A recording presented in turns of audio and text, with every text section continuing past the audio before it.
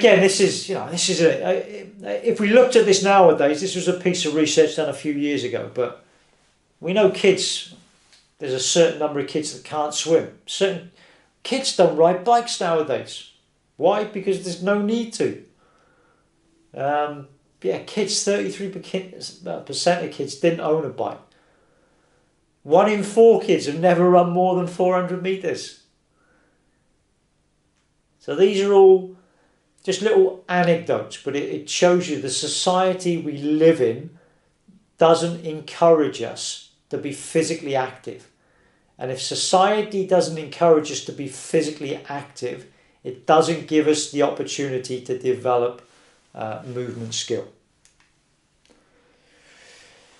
Alright, so if we come back to what I said at the start about lifelong physical fitness, we know from the evidence and the research that if you're physically fit as a child, you usually become physically fit as an adult if you maintain it.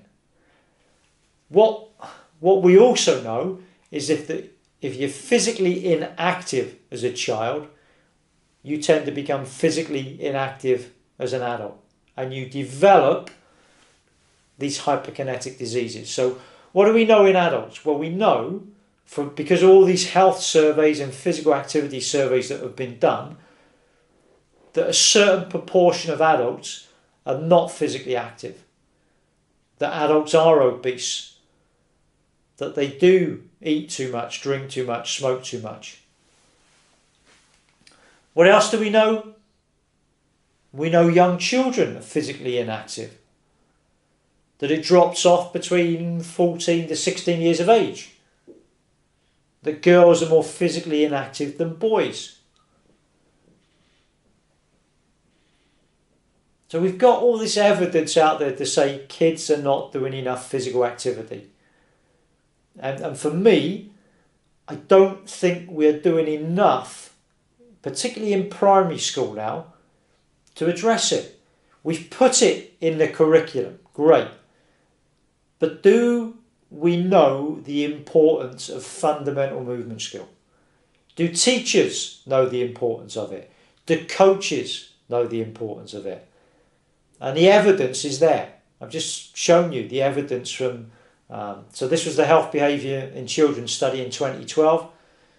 Sport Wales physical activity paper, what's that, 2010. There's more recent ones for England, Ireland, Scotland, Wales. We know kids are physically inactive. We know adults are physically inactive. And more alarmingly, we know that movement skills underpin physical activity, and vice versa, movement skills are developed as a consequence of physical activity. And we know it's all linked into lifelong physical fitness. And I've shown you this results before. 40% of young children in Wales are physically inactive. They don't meet the recommendations for appropriate health. So young kids should be doing 60 minutes of physical activity a day. It doesn't have to be 60 minutes in one go. It could be 10 minutes 6 times a day. You know, short little bursts. But by doing the activity, we're giving kids the opportunity to run, to jump, catch, throw, kick, turn, twist, and so on.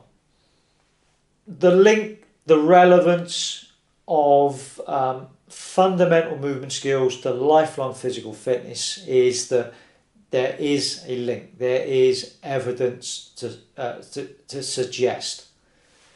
So there's numerous studies out there that have made a link, have done the research to suggest that those kids that are more active, that are more physically fit, have better fundamental movement skills as children and youth.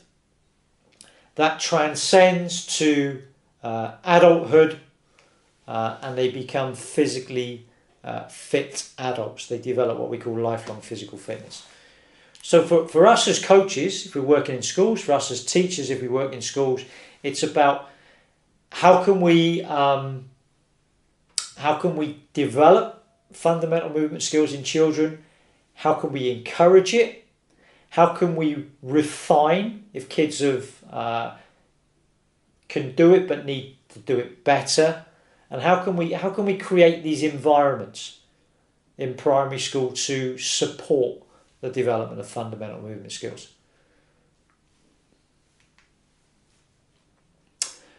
So there's lots of evidence there. So just to bring it to a conclusion, that there is lots of evidence that underpin the importance and the significance of fundamental movement skills. And all I want you to think about, it's not just about being physical. It's not just a case of putting kids in games and saying, right, go and play with a ball. Right, they're developing fundamental movement skills. They are not. You have to construct the environment to dictate the skills that you want kids to develop. So like I said, with the lunging little game, if I want kids to develop lower body strength and lunge and squat, I need to be putting them in a game activity where I'm asking them to lunge. But it's a fun activity. And then what I need to be able to do is, if I see kids that, a common error with lunging is that when I lunge, my knee goes way in advance of my shin. Okay, so I'm not really lunging properly because I can't really support my body weight. Well, what you tend to find with kids is when they go to lunge, they can't push back up because they haven't got the body strength there to do it. So I need to look at, right, how do I make them more competent in doing that movement? And as a consequence of becoming more competent, it will impact on their ability to play sport or be physically active. And I don't think we've got enough qualified coaches and teachers in schools that can do it. And because we don't do it, kids just progress, they go through the motions, and they don't have great experiences of physical education. Okay, so for next week, we're going to continue looking at building up towards the assessment.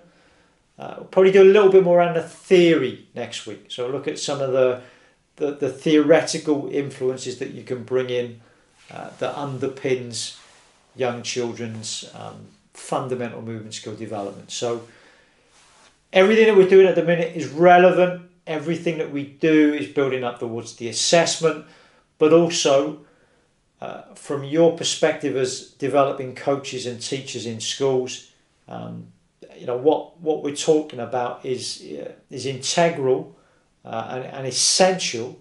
That if you want to become a coach that works in primary and secondary schools, or a teacher, this is the sort of knowledge that you need to have and need to understand.